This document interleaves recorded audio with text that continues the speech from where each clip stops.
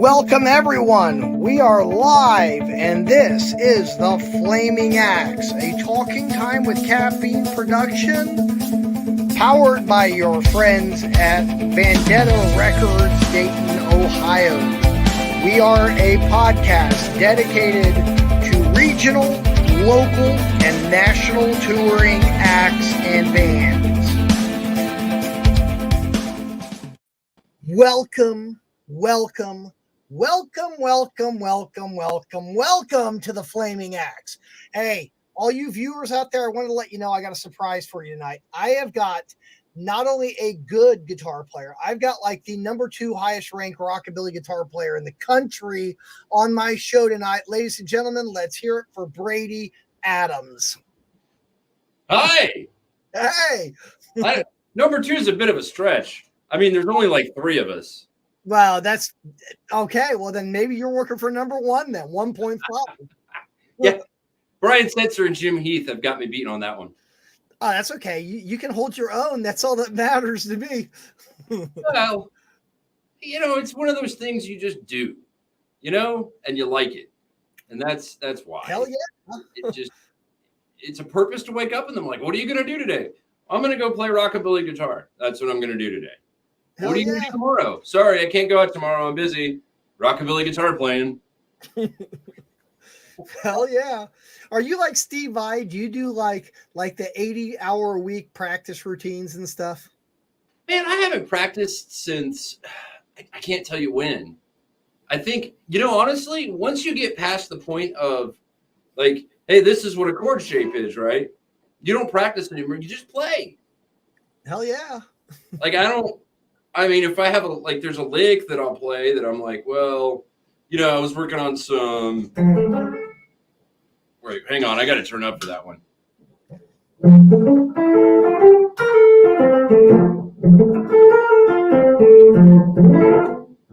Whatever.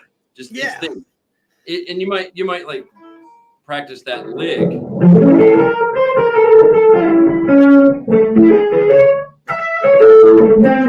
But you're not practicing because you're playing.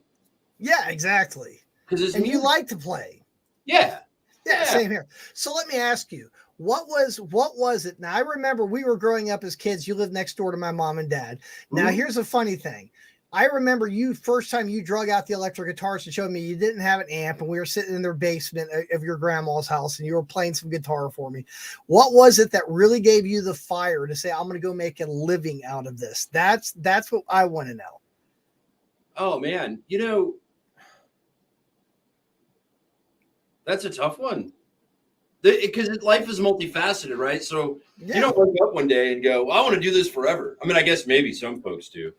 I would say you're always, it's not like chasing, you're not like an adrenaline junkie or chasing the rush, right? Mm-hmm. But there's certainly a feeling you get when you're on stage and the crowd's into it and you're into it and the crowd's into it and you're into it. And you're always kind of going after that feeling. And it's not that it's a rush. It's just an enjoyable thing. And I was fortunate enough to be able to do it for money, believe it or not. There you go. I couldn't. So many bands spend thousands and thousands of dollars buying equipment. They set up, they practice their asses off for like ever.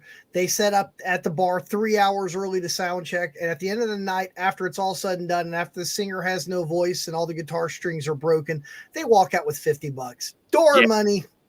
And people have no idea how difficult it is. That's just why I'm curious. Cause like, I've known a lot of people that have tried risky things. I know air show pilots. I know all sorts of cool people. But like for you, I mean, you really have to be that good or that driven just to say, hell yeah, I'm going to do this. And that's what I'm wondering. Well, yeah. I mean, driven, I think, is the thing, have you ever done a thing where you're excited to go to bed at night because it's like Christmas morning, but every day? Right? Yeah. Whether I'm doing a gig or I'm doing a studio work or I'm on podcasts talking to folks or gosh, whatever it is, I'm excited to go to sleep at night so that I can time warp to the future so I can do it again the next day. That's awesome. And that's what keeps me going. And then there's Elvis. When Elvis recorded Milk Cow Blues, they played it the original way. It was like this, right, real slow. On the album, he goes, "Hang on, fellas, that don't move me." And then he's all like, right? Because that moves him. And so when I hear early rock and roll and rockabilly, it moves me. I'm like, man, it puts me in a place, and I dig it. Nothing wrong with that, man. Absolutely nothing wrong with that. And I'm glad, and if you think about it, what are you doing right now? You're actually living the American dream. You get to get up and be excited about going to work, and you're your own boss. Yeah. And I got a big farm out here. And so if I really want to live the American dream, I can play rock and roll and farm. See, there you go. you don't get much better than that. No, you don't. But it's funny. It's funny you should mention money and gear, right? Mm-hmm.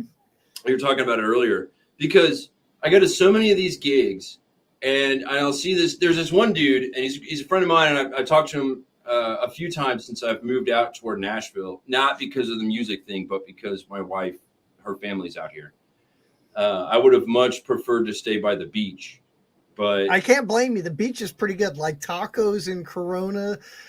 Like sitting at the beach, that's pretty nice. Yeah, you seafood anytime you want it because it's fresh and you go get it yourself. Hell yeah. But there's a fella out there that's got this really, really, really expensive Gibson acoustic, and he's got these really expensive PA systems, and he uses in-ear monitors. His pedal board costs ridiculous amounts of money. And he's a really good player, phenomenal player, and a heck of a nice guy.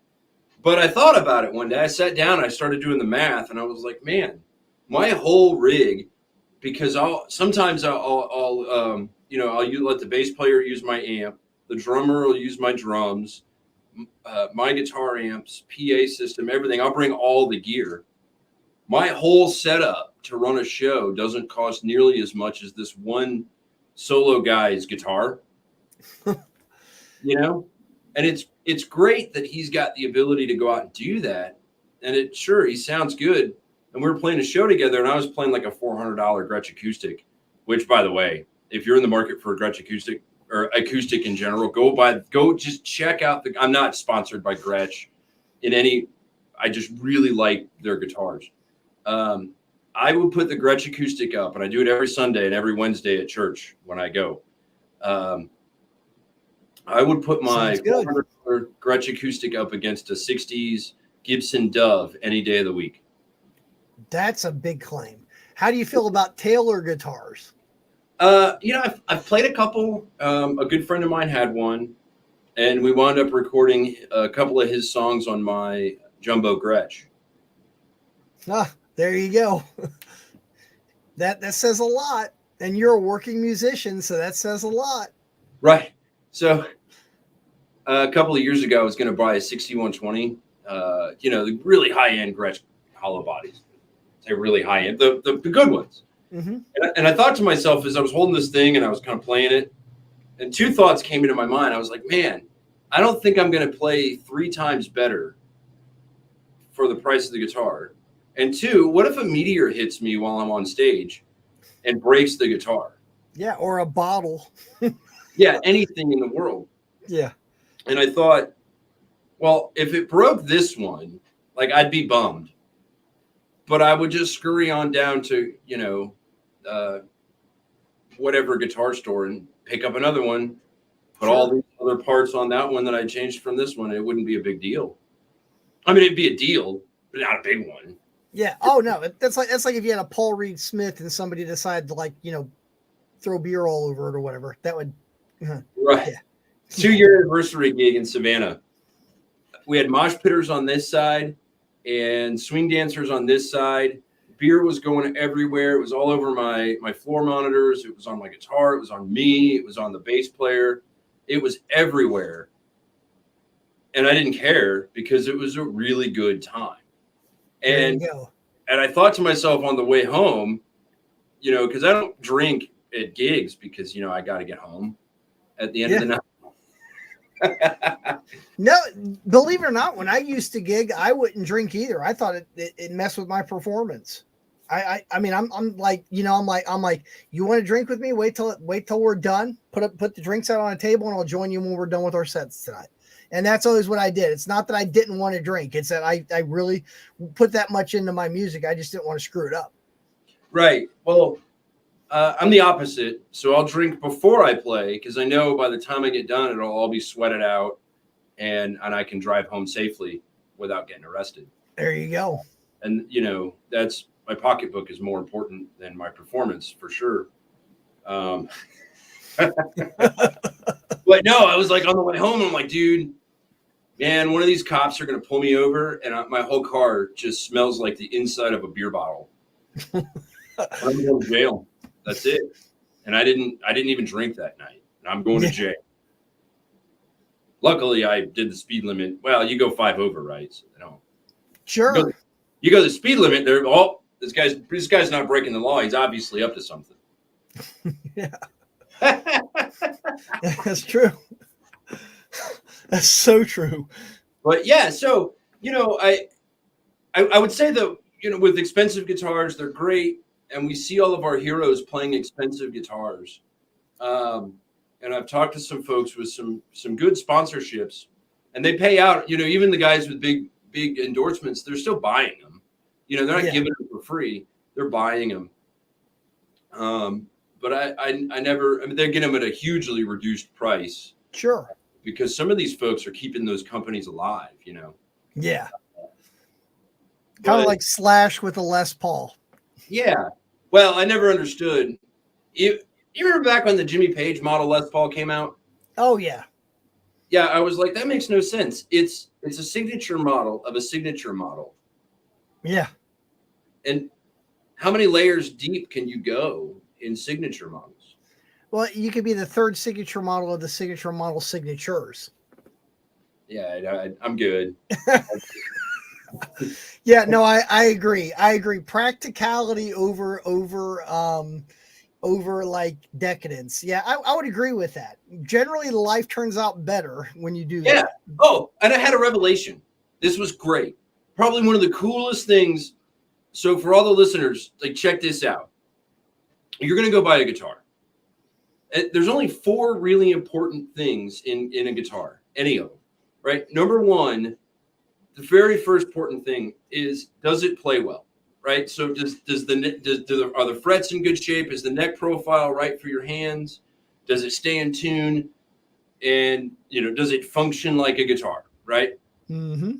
So if you knock that one out, number 2 most important thing is the ergonomics of the body. So for me, I got long, lanky, skinny arms, and it's really comfortable for me to play a big hollow body guitar. That's why I don't play Les Pauls. I don't play Paul Reed Smith because they put their toggle switches in the stupidest places ever. I don't want a toggle switch down here. Sure. I can't reach that. That's too far. I'm not going there. That's way too far. That's out of my. Might as well be in a different zip code. So toggle switch here, master volume, and it's big, so it's comfy. And then number 3 most important thing, after watching countless hours of YouTube videos, tone on electric guitars, hollow bodies, solid bodies, semi-hollows, it doesn't matter. Only comes from the pickups. And and the amp and the pedals, but all the electrical stuff, right? So you go out and you find that signature sound you want. So say, for example, you want to sound a little bit like Chuck Berry. I don't know who's, yeah, just a little bit like Chuck Berry. Well, I looked at, you look at all his Gibson 335s or 3 something or whatever models he had, and they had those regular Gibson paths. Well, the Burst Bucker 2s, which are in this now, were about the closest thing I could get to those things. And then I kind of wanted to sound a little bit like Chuck Berry, but I wanted to sound a little bit like every other rockabilly guy. So I put a delay pedal in there, and then I use a tube amp, a PV Delta Blues, because it was the cheapest, loudest tube amp I could find that had 10-inch speakers.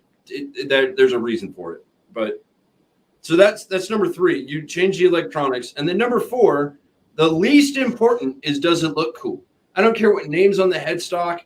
If it's an Epiphone or a Gibson or a Donner or whatever else, or if it's a Gretsch or an Ibanez, and Dean makes a hollow body, D'Angelico makes them, all these other good, whatever it is. If you're a metal guy, it's either Jackson, Schecter, Ibanez, ESP, LTD, yeah, Gibson. None of it matters as long as does it meet those 4 criteria? And if it does, you go for those 4 criteria at the absolute lowest price you can find, and you take all that residual money and either spend it on post-production, lessons, beer and pizza, flowers for your honey, because life is multifaceted. And yeah, I mean, a cool guitar wall hanger is great, but dude, you're not going to take out a 50s Les Paul that you spent a Brazilian dollars on to, gosh, you probably wouldn't even take it out to arenas if you were an arena band. Yeah. I think I would agree with that. I mean, the guitar might be, might be $10,000. Do you really want to play that? I'd be afraid to play it, quite frankly. Scratch it with a zipper or something. I mean, that Right. that would be your luck. You take it out somewhere, it could be mint condition, and then you play somewhere and it gets scratched.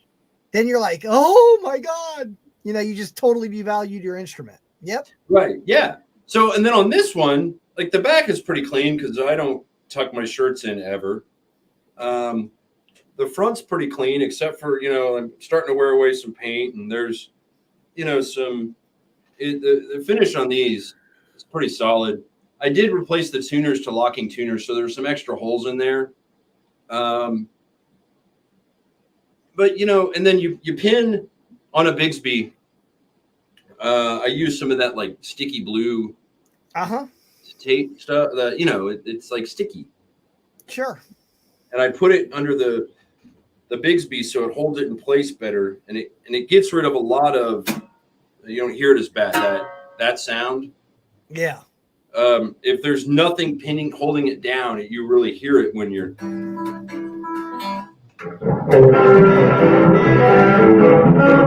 Right, so it goes away. You just don't hear it as much. Sure. It helps keep all that stuff in tune better because it's, So, yeah. I don't get it, man. But that's their thing, People have their own sort of mojo when it comes to their guitars. Oh yeah, no, I totally agree. If it's not, I'm exactly like you, man. When I buy my guitars, it's gotta play good, and it's gotta feel good, and it's gotta fit my personality. Yeah. I mean, that's it. A lot of times I've been known to get like expensive guitars or semi-expensive guitars, and like I bastardize them and put my own electronics in them. So I like Frankenstein guitars. Yeah, I put EMGs in my Les Paul. There you go. It didn't have pickups when I took out the burst buckers and put them in here. Yeah. So I did that. My backup Gretsch has TV Jones pickups. And shout out to that company, first off, as a company. TV Jones, like those guys, every time I've reached out to them, they've been super helpful, really, really friendly, and just all around way cooler than any other company I've ever reached out to. So I feel bad because my main guitar doesn't have their product in it anymore, but like, sorry. Well, here's a silly question for you. So you said you're working on a new album. Does that mean you're ready to maybe play us a song or two? No. I can play a song, but not off the newest album. Well, okay, I got you, because it's a whole you don't want to give anybody a sneak peek of it kind of thing. Mostly because I just don't know the material that well. Fair enough. And when you're writing in a studio and then you have to translate to play live, I get it. I'm totally cool. I understand that. Well, why don't you play us some Rockabilly? Okay. Well, here I'm going to explain to you a few things as I'm doing this here. So there's this is off the second album. This is a song I wrote for Big Jim, a guy named Big Jim Gillespie, who's just a cool dude. And I've reached out to him. He's reached out to me since I moved out of Texas. And man, every time I've reached out to him, he's just been this positive guy that you're like, wow, that guy's really cool. So I wrote a song. There's this rockabilly interval, and I'm not sure because there's just 2 notes, kind of out of key, but it sounds really good. So we put that in. Watch out, Texas, picture bringing it back. Watch out, baby, I'm just giving back. Watch out, cause he's dynamite, don't worry your head. It's alright, I said, watch out, Texas, picture bringing it back. He got a low down lake and his moon dust painted gold. Oh, and the scraping the ground as it goes. Vintage style American head to toe. Halfway country, halfway rock and roll. Well, watch out, Texas pigeon, bringing it back. Watch out, baby, I'm just giving back. Watch out, cause he's dynamite, you don't worry your head. It's alright, I said, watch out, Texas pigeon, bringing it back. You got a first snap shirts and continental shoe. They can try, but Austin ain't this cool. Home rim glasses, hair slicked back with grease. Standing tall in a Texas red oak tree. Watch out, Texas, big Jim bringing it back. Watch out, baby, I'm just giving back. Watch out, cause he's dynamite, and don't worry your head. Little watch out, Texas, big Jim bringing it back. Big Jim simple, doing time for Uncle. Now he's out there on them streets as a Texas long man. Big Jim man is up to the modern way. If we're lucky, he'll wind up as a president of USA.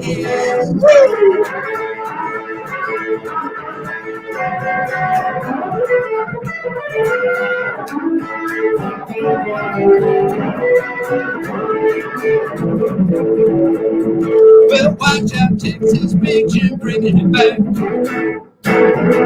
Watch out, baby, I'm just giving back. Watch out, cause he's dynamite, don't worry your head. It's alright, I said, watch out, Texas, Big Jim bringing it back. Here we go.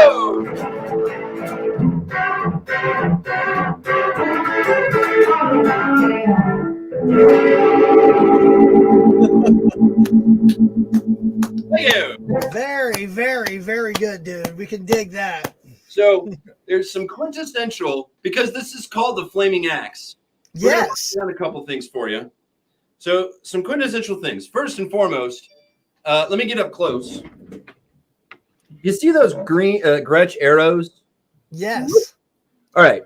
So what I do on my Gretsch guitars, I rotate the pot, the potentiometer down, but I make the arrow point straight so that when the arrow points straight, it's at less volume for the neck pickup, right?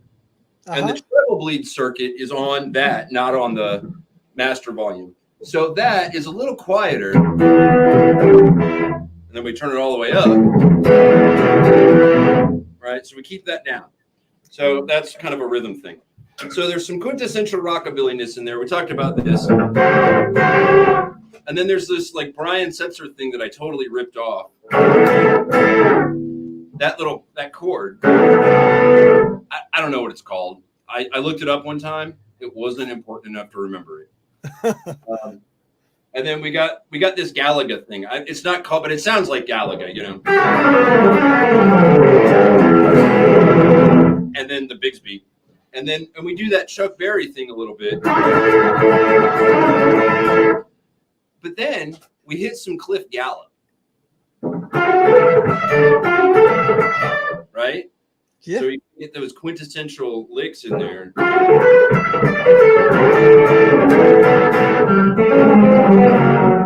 That would be kind of reminiscent of Scotty Moore would have, you know.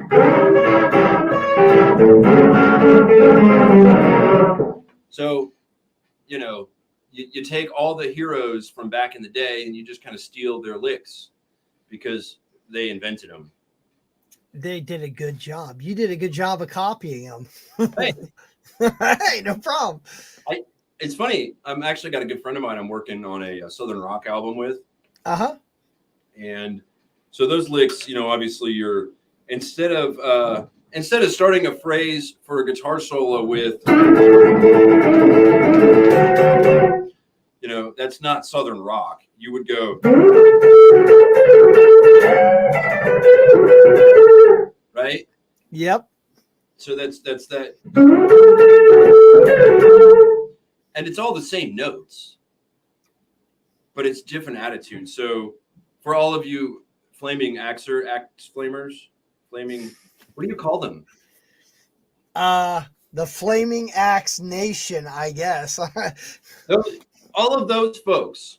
So for all of the guitar players in the crowd. So yeah, we've got, there's A, and you're playing it at A major, A, B, and there's an F sharp. So if you were to go,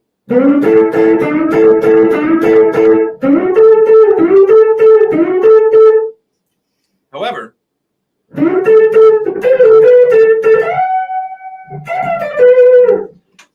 we don't boomer bend so much in rockabilly either.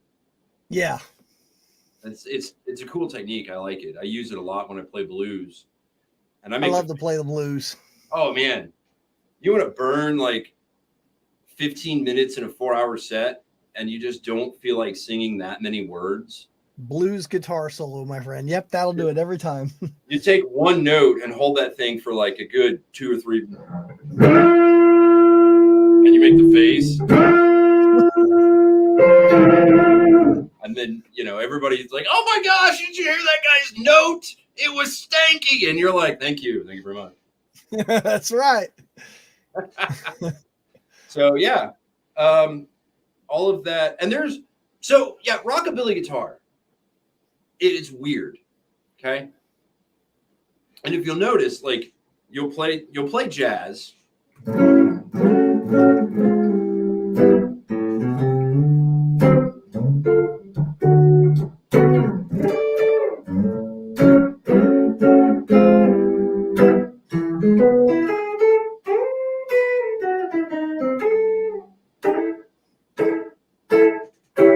Right? Very good and clean. So yeah, you'll play jazz and then you'll play rock and roll.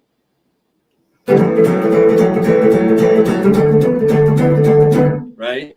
Yeah. And then you'll play country. So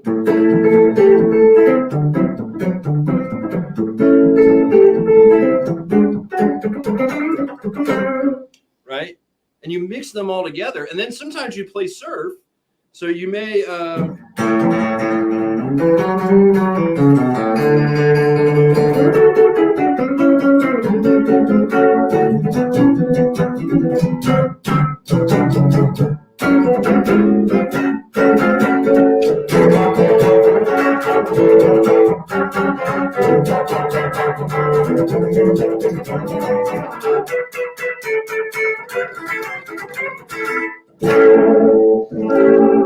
right? So real quick, yeah. I noticed you're wearing a hat. Why don't you show that logo a little bit bigger to the camera so people can see what you're advertising? Oh, thanks. So let me just put that thing away. So I've got the new crooked pointer hat on, which is probably there. Hi. Hey. Hi. Crooked Pointer. That's the band. So a few things about the band Crooked Pointer. Are you ready to laugh? I'm absolutely ready. Okay. Well, for all of you audience members, go grab a pillow because you're going to slap your knees and it's going to sting. That's how funny this story is. All right. So back in Savannah, after the pandemic, I was hanging out with a guy and I was upright bass playing for him. It's right behind me. If you're lucky, I may touch it later. So upright bass playing, and I was kind of down on my rockabilly luck because I had the band Brady and the Bazookas. None of the venues would hire a rockabilly guy when the venues opened back up. And I was like, why not? And they're like, well, we don't want you. We don't want that style of music. So I changed the band name from Brady and the Bazookas to Crooked Pointer, which really just means you drink too much coffee and you hold a coffee cup too much. So, yeah, exactly. Crooked Pointer. yeah, so your pointer winds up crooked. That's exactly where the name comes from. Yeah, I'm real creative. But so we go to all the venues are like, oh, you guys are a rock band. You're roots rock. You play, vintage rock. So they hired us. We played the exact same set lists we were playing before. The crowd loved it. They invited us back. The booking managers of all these venues invited us back for a bunch of other gigs over St. Patty's Day weekend in Savannah. And everybody's losing their minds. It was awesome. And I'm so that about a week and a half later, I leave. I reached back out to these guys after they booked us dozens of times at all these venues because of the name change. And they're like, well, we don't really want your kind of rock. Nobody here likes rockabilly, so we're not booking rockabilly. So that I guess the jig was up and they figured out what we were doing. But the audience loved it. And you could tell the audience loves it because your tip bucket is overflowing. Yeah, exactly. So what are they going to do then? Like shoot themselves in the foot? I don't think they don't care. They want what venues. So there's only, two things. Either one, a venue hires a band because they're taking a risk and they think that you're good enough to grow a fan base at that venue. True. And they understand they're taking a risk on a new act because nobody that frequents that place goes there. Well, the other side of the spectrum is, venues expect you to bring a crowd with you, but then they book you a bunch of 40-year-old dudes in a rock band on a Wednesday night that starts at, 9:00. And they expect you to bring all your 40-year-old friends with you to watch you play. And we know that doesn't work because, right, on a They're Wednesday, all working the next morning. yeah. 95% of us are already in bed, myself included, right? And I'm like, well, if I'm not playing and it's 9:00 at night, I'm probably in the bed with my wife watching Amazon shows because that's, or Netflix, whatever. Yeah. So we fast forward to getting to here, and I'm sticking with the Crooked Pointer name, and I've done a bunch of solo gigs. Well, I finally land a couple of band shows, and I show up to this, and it was a really bad storm here the other week. And I heard about that. You guys do okay? Yeah, we were fine. We sit kind of on top of a hill, and none of the trees, we didn't have any flooding or anything. It was good.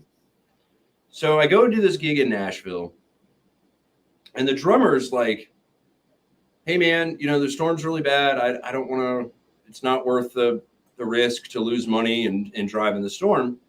And I understand he doesn't want to do it. And I'm like, cool, man. No, I don't get upset at people. So he didn't show up. Well, the bass player, I messaged the bass player and I was like, listen, drummer's not going to make it because whatever reason. So, he's just whatever. And the bass player's like, well, if the drummer's not going to be there, I don't know the material good enough.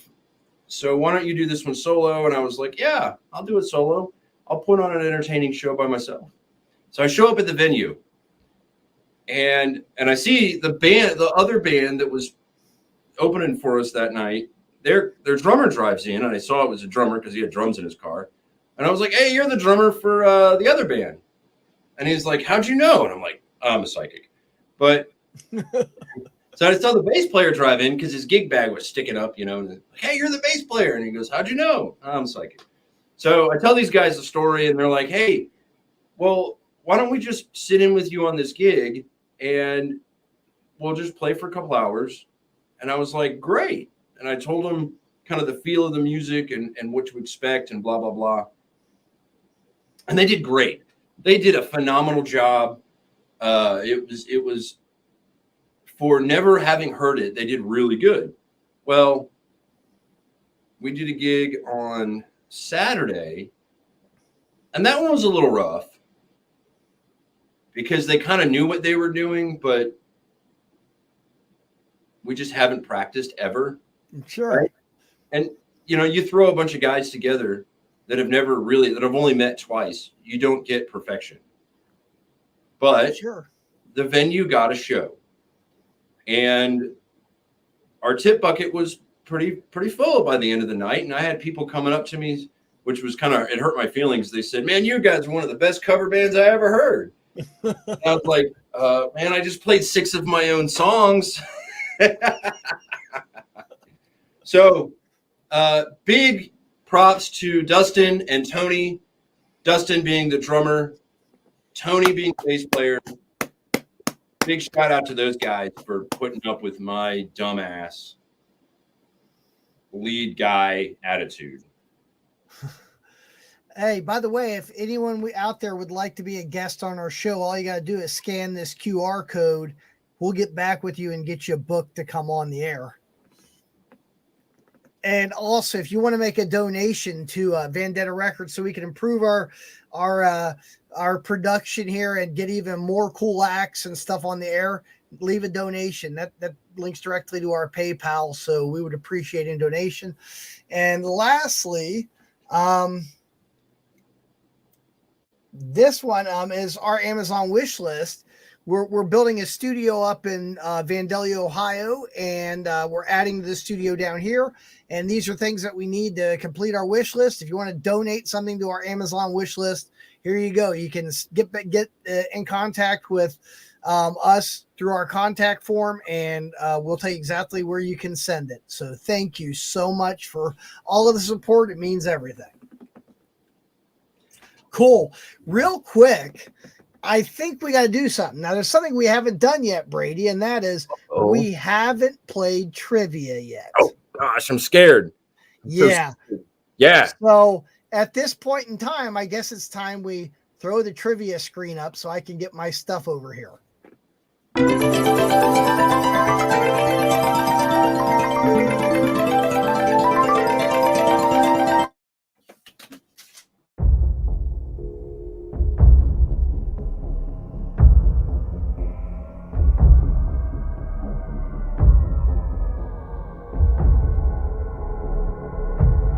Right. What?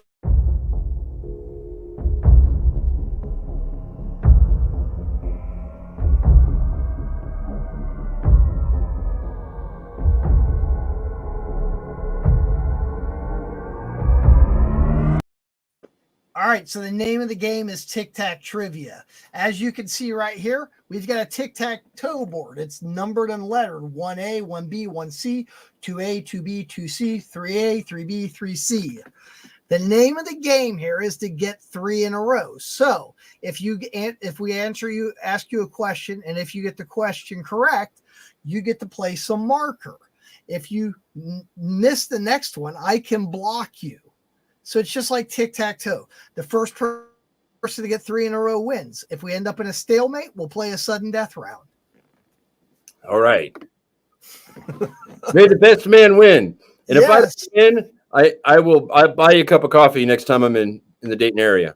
Hey, that sounds great. I'll buy you a beer, man. All right. What singer had a Billboard #1 chart-topping song in each of the last 4 decades? Was it A, Metallica? Was it B, Mariah Carey? Was it C, Lady Gaga? Or was it D, Kanye West? Oh, man, this is a tough one. I was going to say Elvis. Well, but I don't think he made it 4 decades. He didn't, but that guy was like #1 even after he died. And that was only 2 or 3 years ago because he died in Venezuela. And so was Michael Jackson, but he's not in the question. Oh, yeah. I'm going to have to say Mariah Carey. Ooh, look at that. So where would you like it to go? Right in the middle. Just smack in the, yeah. Mariah Carey comes out of the ocean every Thanksgiving and sings her Christmas songs. So, she's just going to be tops every decade from here on out. Oh, yeah. Oh, yeah. Okay, which member of the Avengers had a brief stint as a pop star? Well, it couldn't have been Spider-Man because he was too young. Yeah. So who do you think it was? Is there a Korean Avenger? There's a Chinese one. but no. So not a K-pop guy. So that guy's right out. Man, I'm gonna say Benedict Cumberbatch. I'm gonna say Captain Marvel. Oh, Ooh. and I will block you. And all right. You got me in the pop. Yeah, you're yeah. competitive. What rock icon was the founder of the Society for the Prevention of Cruelty to Long-Haired Men? Was it A, Freddie Mercury, B, David Bowie, C, Keith Richards, or D, Roger Daltrey?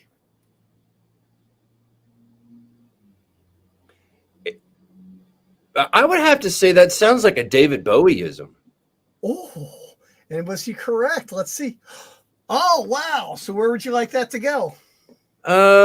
Let's go A1. Not only is A1 like a really good place to be on the board, it's also the perfect steak sauce to have in the middle of the American Civil War. Anyway. All right. Most of my humor comes from like internet. Before Phil Collins, who was the lead singer of Genesis? Instrumental surf band. Final answer. I'm gonna guess Farouk Balsara.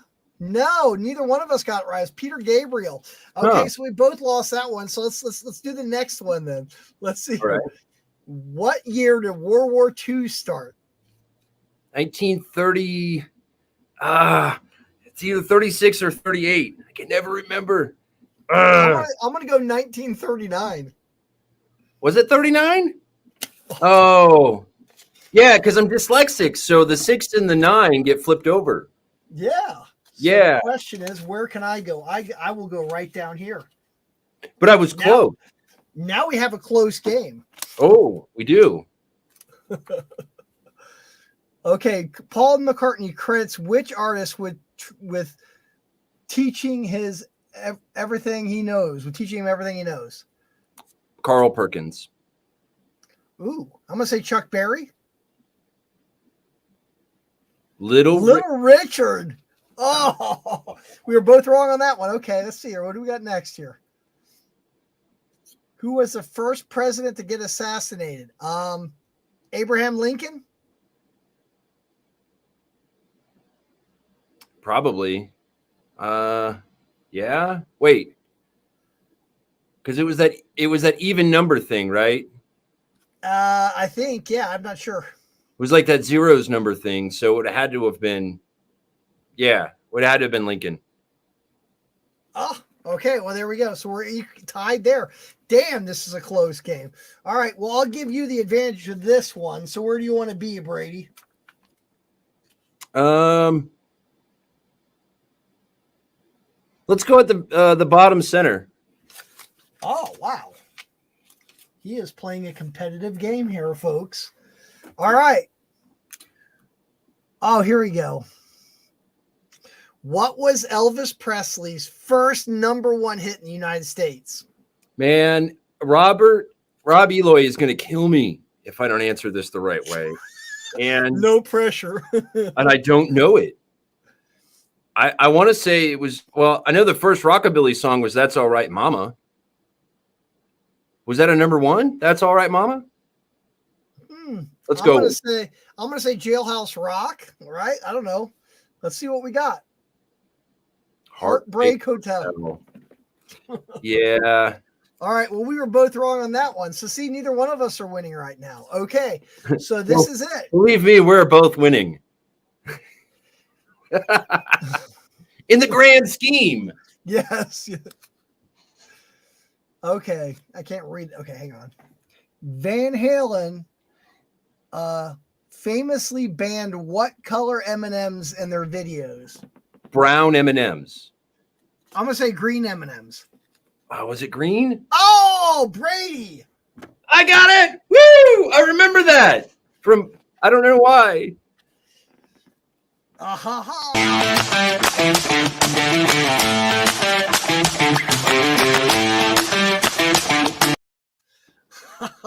totally let me win that one. No, I know that one. I thought it was like green M&Ms. Wow.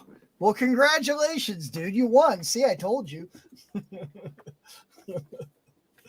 That's right. That queen wave comes in handy there. There we go. Okay, now that moment's over.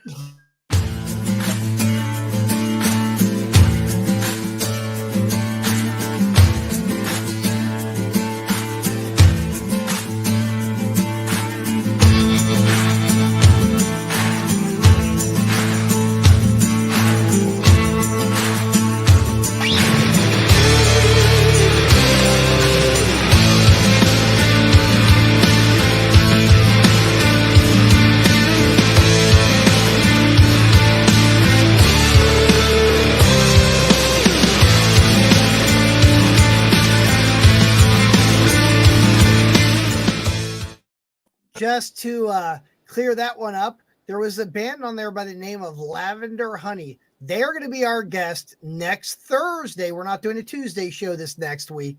We actually rescheduled to work around their schedule, but Lavender Honey will be on this very broadcast next Thursday, 7:30 p.m. Be here or be square. They are very cool. They're electronic music with real pretty vocals, but they're really unique. They're very cool. Anyways. They sound like a bunch of rock stars if they can't go on your schedule. I mean, Dave Grohl got up at 6 a.m. to go on the Howard Stern show. You know how hard it is for rock stars to wake up at 6 a.m? Yeah, but it's the Howard Stern show, though. He's the king of all media.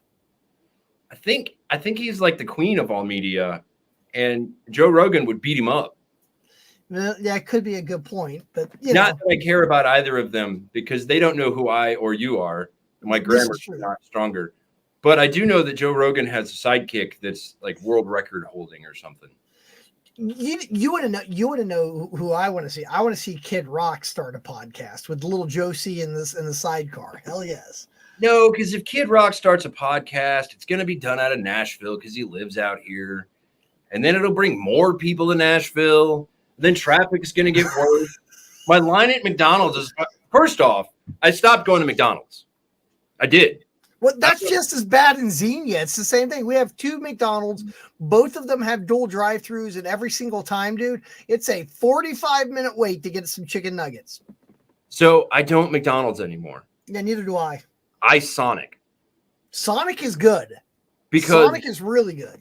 Man, when was the last time? Listen, I was having a real bad day the other day because I've got some life issues going on. See, Lamont. See, check us out. Vandalia 98. McDonald's is evil. Amen. Hey, I'll tell you the truth. To tell you the truth, dude, I worked for McDonald's for 6 years. You know what I got for working for McDonald's for 6 years? Probably grease burns.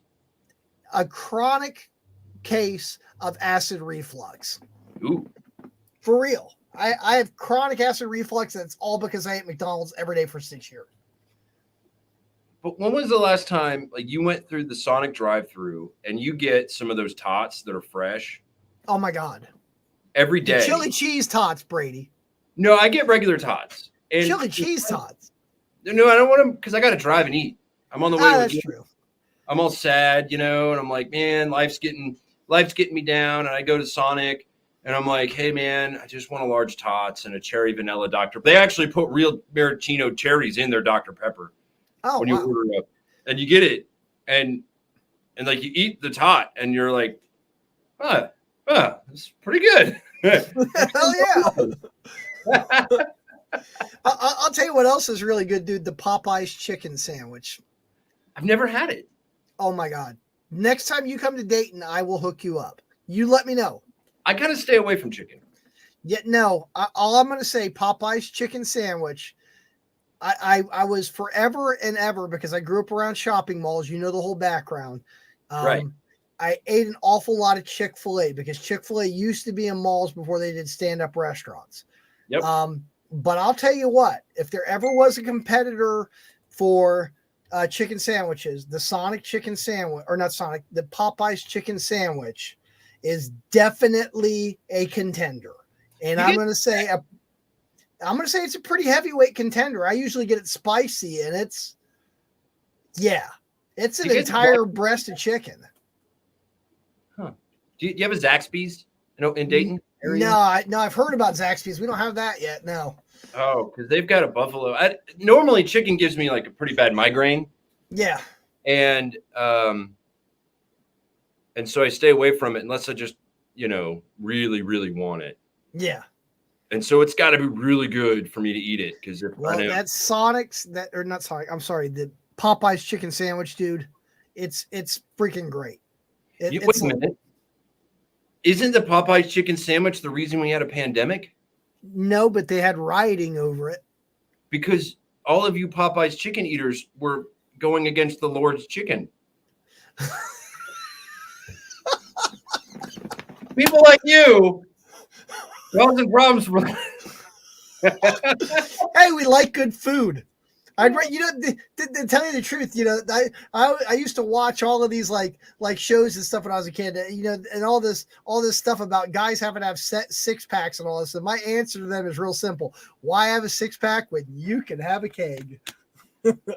Well, yeah, and lately, so I got into so there's I've got a couple of hobbies. But I play guitar for a job, and I write music for a job, and I do it all the time. So you got to have something else. I've got two hobbies. One hobby is driving around on my tractor, and my other hobby is sous vide. You know what a sous vide is? No, it's like a broiler, isn't it? Kind of, yeah. You get this stick, right? Mm-hmm. And there's a timer on top, and you put your food in like a vacuum sealed bag or like a really stiff IKEA bag. Uh-huh. You put it in the water, and it slow cooks it. I bet you that's awesome. Man, I made a 50-hour brisket, and it was so good. And you make like a 2-hour steak. So the difference is when you normally broil, I broil and then pan sear for the crust. Sure. And you get a small gradient, right? So the outside where the crust is will kind of be well done. And then the very center will be, medium rare, medium, whatever you like. But there's a gradient. When you sous vide, the entire inside is one color. Oh my God. So it's kind of like an ahi tuna, which by the way, God. I did an ahi tuna the other day and I overcooked it. And so, it wasn't ahi tuna anymore. It was tuna steak. Yeah, it was more like a can of tuna. Yeah. But it's okay. It was seasoned well. Tomorrow is going to be pork loin. I have never been able to cook a good pork loin. So maybe tomorrow will be the day. Dude, I'll tell you what I make. I have been known for this. My little sister and her husband, they raise cows. They live in Germantown, so they have like beef cows. We get them raised. So every year we get a fresh cow butchered. One of my favorite things to save from the fresh cows, I love saving a big piece of cow bone. I make the best beef soup you'll ever have out of that. Huh. I actually call it Asian beef soup with noodles, and I use like fresh cilantro and green onions to top it with, and I use real thick noodles, and I literally cook the bone down to where the bone falls out of the meat, and the meat falls apart like pot roast, and I put shredded carrots in there and onions. Oh my God. If you didn't put the noodles in, but you put a little chili and lime, you'd have a great caldo. Oh yeah, totally. And so there's this Mexican restaurant in San Antonio, and my buddy Steve told me this trick. You go into a restaurant, you go there a few times, and if it's a good place, you always go back to. You trust the restaurant. You just tell them, "Surprise me," and they'll bring you all kinds of weirdness. Just surprise me. You never know what you're going to get. It's a really fun game to play if you trust the restaurant. There you go. So what you were telling me about that soup, it reminded me of the surprise caldo I had. And I was like, oh, well, it's a bit hot outside for soup, but we gave it a go, and it was pretty good. Heck yeah. Heck yeah. Fun. Food. I guess we covered it all. I guess it's not Flaming Axe anymore. It's like Flaming Grill. Hell yeah. Now we're all getting hungry. I know. But I already ate. I ate before we. Well, actually, I talked to Lamont. We've been talking for a while. We're talking about doing a cooking show, so that could be coming. it's funny because we get into this the modern age, right? Yeah, and everyone's going back to fire now. Well, not me. I went to, you know, not fire, but we get into the modern age of entertainment and entertainers. So we look at our entertainers, they're like TikTokers, YouTubers, Instagram, Facebook videos, all these videos of folks that are just kind of doing the things that they always did. Back in the day, you had to be, what was that one famous chef lady? Oh, Julia Childs. Yeah. The real tall one. I guess she was like She talked like this. yeah, she was some like Israeli infantry person or I don't know. Yeah. But you had to have like huge money and big studios and already kind of be of wealth or notoriety to put together a show to entertain people. Because let's face it, I mean, it's educational. This is entertainment. So, when we go into, and I was watching some Facebook videos on, I don't know, somebody making something stupid. And I was thinking, man, if I weren't so lazy, I would totally put a video together every week of me shooting at things, and it would be fun. And like, I know there's a lot of YouTubers out there that shoot stuff, but I could totally just shoot something occasionally. Oh, that would be awesome. Just with like a shotgun or whatever. Hell yeah. Yeah. Like, what can I shoot through today? Watermelon. Best represents the human body. I would go with, if I were to shoot at things, I don't know. I'm not that creative. One of those big giant gallon jugs of water, like. Well, so I met the dude are you familiar with the show Kentucky Ballistics? Yes. I was just milling around one day and I ran into that guy. Huh. Scott from Kentucky Ballistics. And I've met some well-known folks before, and some of them were kind of jerks. And Scott was one of the nicest people that I've ever met. Like, a guy was straight up. I was like, "Hey, you're Scott from Kentucky Ballistics. I'm super glad you didn't die." Yeah. I watch your show all the time, blah, blah, blah. And I was like, "Look, you're out here with your fam. You have fun. I'll talk to you later." He goes, No, man. I've got like 5 minutes. And I was like, oh. So I talked to him for like 5 minutes, and he was just super, super cool. So, yeah, that was a really cool chance meeting. You want to know something kind of cool? You probably didn't know this, but like I go to the Dayton Air Show every year. That's my big one weekend away from work, and haven't missed a year except for 2020. That was the first year we missed because they put it on hold because of the pandemic. But other than that, I go every single year, and I've been pretty lucky. I've got to know some people through the air show just for being at the right places, making your own breaks, if you will. And one person I got to know who I actually got to work for was Sean D. Tucker. And right now his airplane is hanging upside down in the entrance of the Smithsonian. Oh, wow. And I can tell you, he's a 3-time national and world aerobatic champion. He's inducted into the National Aviation Hall of Fame right here in Dayton, Ohio. And guys that get inducted in the Aviation Hall of Fame, it's not like Joe Jet Pilot. I mean, you have to have done something significant. It's like either you drop an atom bomb, you end a war, you walk on the moon. It's nothing small, okay? Yeah. And he's inducted with them. And I can tell you right now, he is the most laid back, not full of himself pilot you would ever meet. That actually says a lot. I've talked to a lot of pilots, and you know how you're talking to a pilot. Sure. They tell you. Yeah, well, they're like, yeah, but Sean, though, here's the thing. Sean, for all the accolades he has, all the awards, like, he used to call and ask me about how my family was doing. I mean, he didn't have to do that. He's Sean freaking Tucker. He's sponsored by Oracle. He makes buku millions of dollars every year to fly for them, and to do stuff. But what got him into the Hall of Fame was his flying style. Everything he does is original. Nobody else has ever duplicated his move, or the FAA will allow to do what he did. So that's pretty cool. And yeah. I got to run his Facebook page for a year, which was really cool. That's So I was the official in 2011. I was the official social media director for Team Oracle, also known as Aviation Specialties Unlimited. But anyways, I got to take care of Sean Tucker, and I had to like, they would shoot me an email and be like, we're going to be on flying in like 2 hours. And it could be in all different time zones and stuff. And I would like have to like jump on and, promote his flying and promote his shows. And it was really cool. Man, I would totally put that on like a job resume. Oh, I have. Believe me. Like, hey, I want to be the official tester, social media guy for, I don't know, whatever expensive like Dumble amps. Yeah, because exactly. I work with this dude. Hell yeah! I'll be the official social media director for Mesa Boogie. I'd like to get a new subway rocket. That would be fun. Right. Shoot coconuts next. Yes. So I'll do that. I'm going to go to Food Lion tomorrow or the next day and pick up a coconut.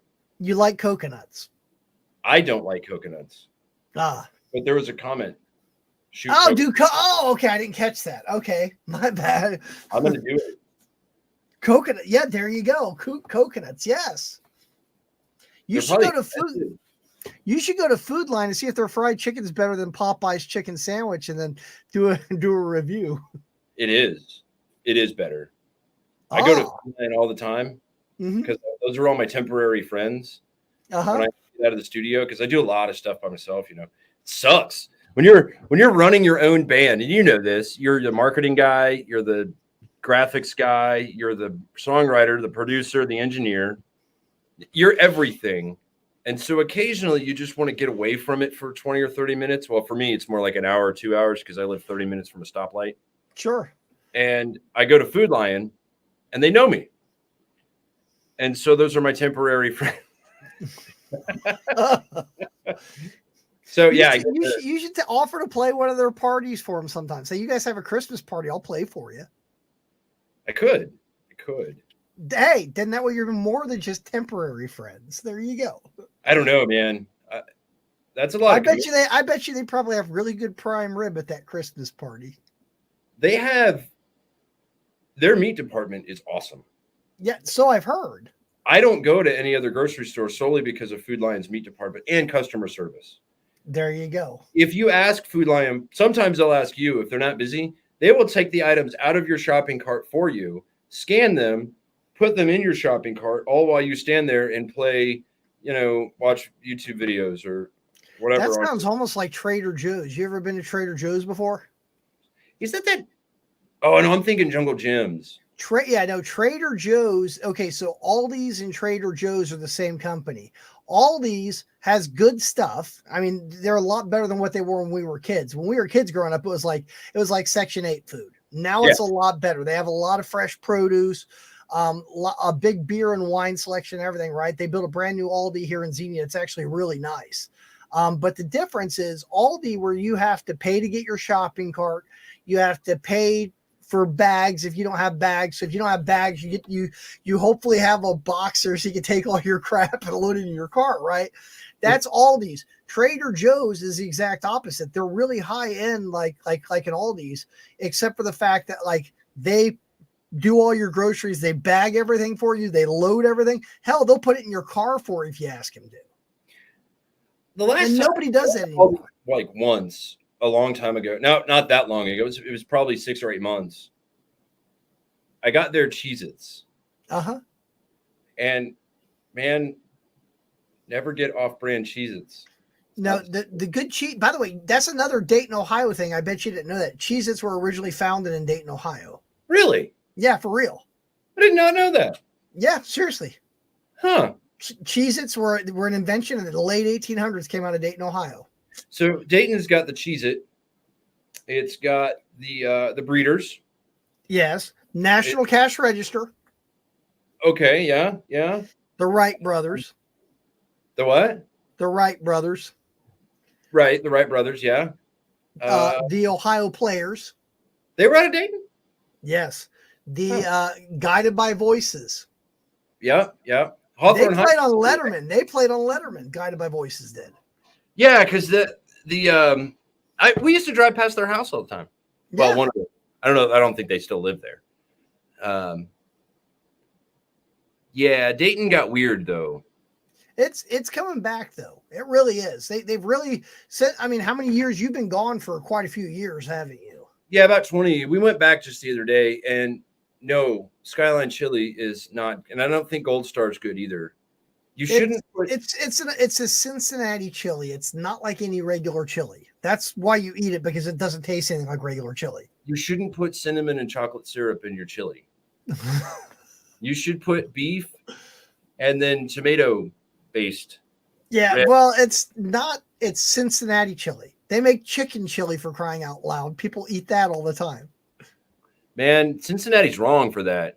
The people call It's people unique. unique. You ever That see in that? the Rib House, the Montgomery Inn.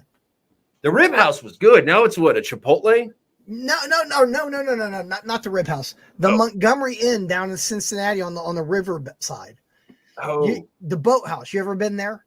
no. Oh my God, dude. They have the best barbecue ribs you'll ever eat in your life.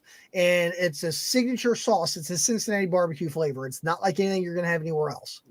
It is very good. It's got vinegar in it, and it's sweet, it's spicy, and it's sour, and it's phenomenal. And they slow cook these ribs with it. And oh my God. And then they give you these real thick cut homemade potato chips. They're called Conestoga chips, and you dunk them in their signature barbecue sauce. So I got to ask you about the trees in Ohio, northern Kentucky, Ohio, hardwoods, maples, fat rats. Hey, you can't forget about fat rats. Sorry. So those trees aren't really conducive to good barbecue. So no, when I was in Texas, they were like, "Yeah, man, Texas got the best barbecue." And I asked them, I'm like, "Well, what wood do you use to smoke your barbecue?" And they says to me,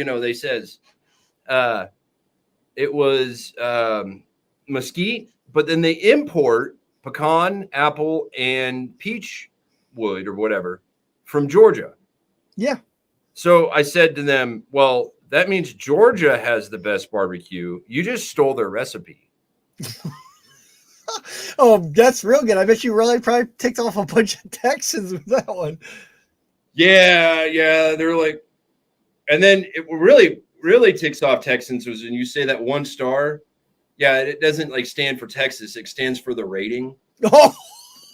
No, I'm kidding. I absolutely love Texas. Texas is a cool place. I'd like to go out there to visit, at least out to the Gulf Shore. I'm trying to get booked at Green Hall. I wrote a song about the Gulf Shores, Malachite Beach specifically. I said Malachite don't surf. Back in 1964, I guess there was a hurricane that destroyed the breaker, and it changed sort of the underscape of the Gulf. Huh. And there was a lot of surfers in the early 60s that would go out to the Gulf.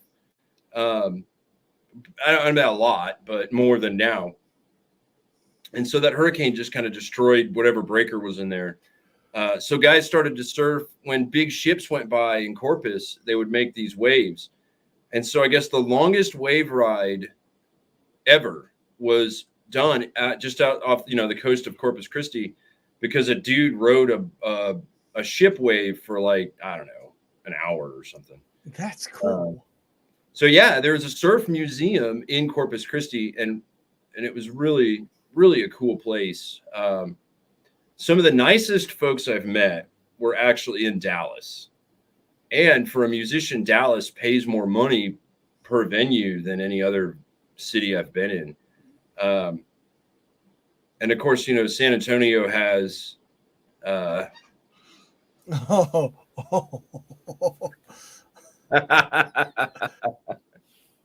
well, see, if I were going to cook ribs, I would sous vide my ribs, and then I would pan fry them or something. Or I would low and slow. I do my dad's 3-2-1 recipe. I've heard of that. It's, well, you grab your ribs, you dry rub them, then you wrap them in aluminum foil, put them on a cookie sheet, 3 hours, 220 degrees. Then you pull them out, you open up the foil, pour quarter cup of apple juice on them, reseal them, another 2 hours at 225 degrees.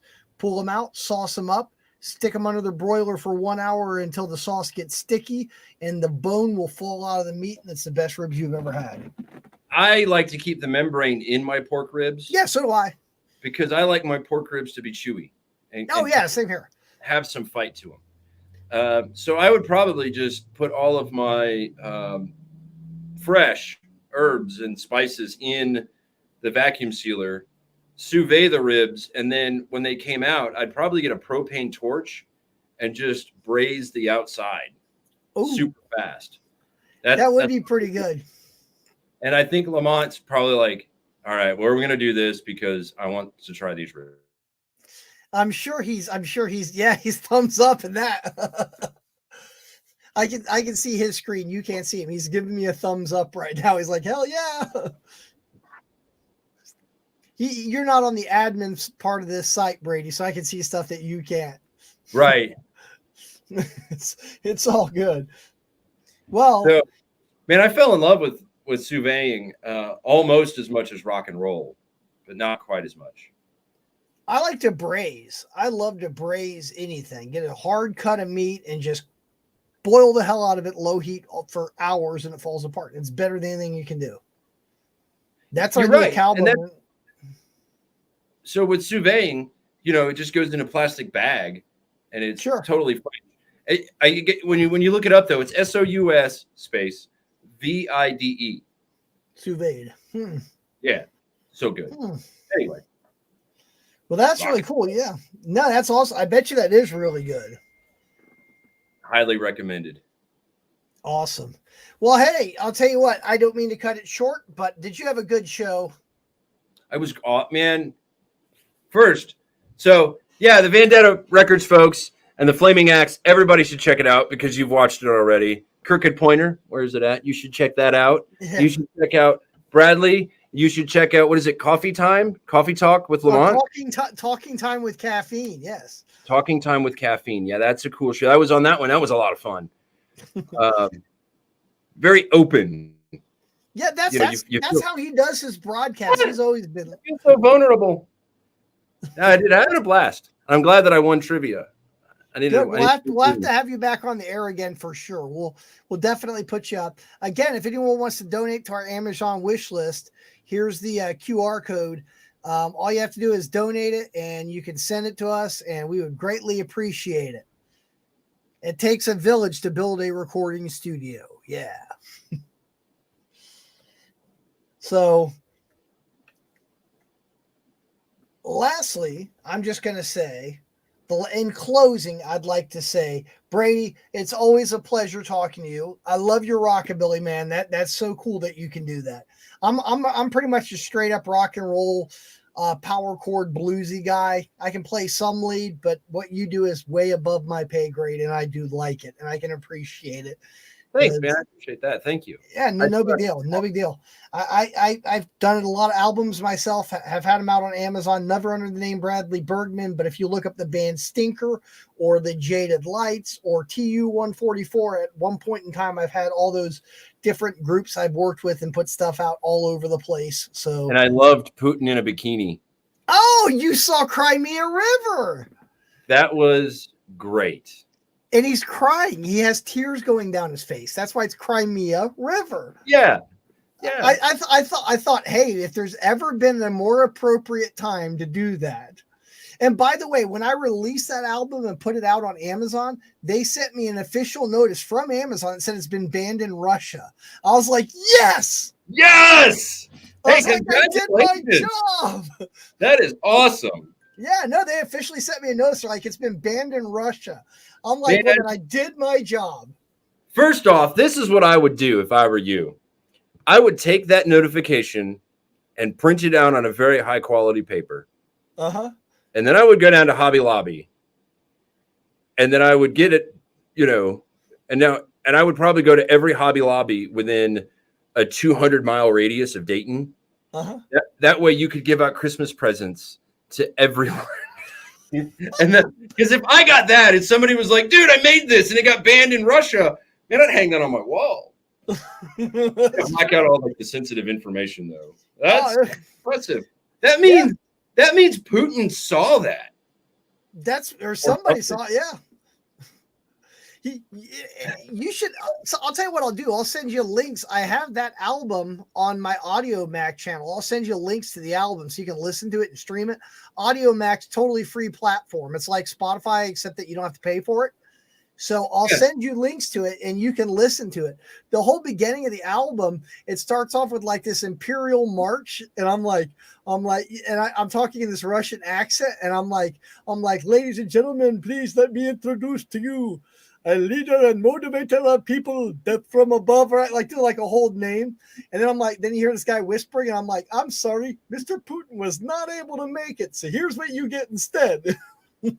That's how he kicked the album off, but it's got this big Imperial March with like choirs and like piano and stuff. It's really cool. That kind of reminds me of, I was watching 311, at Riverfront Stadium or something. Uh-huh.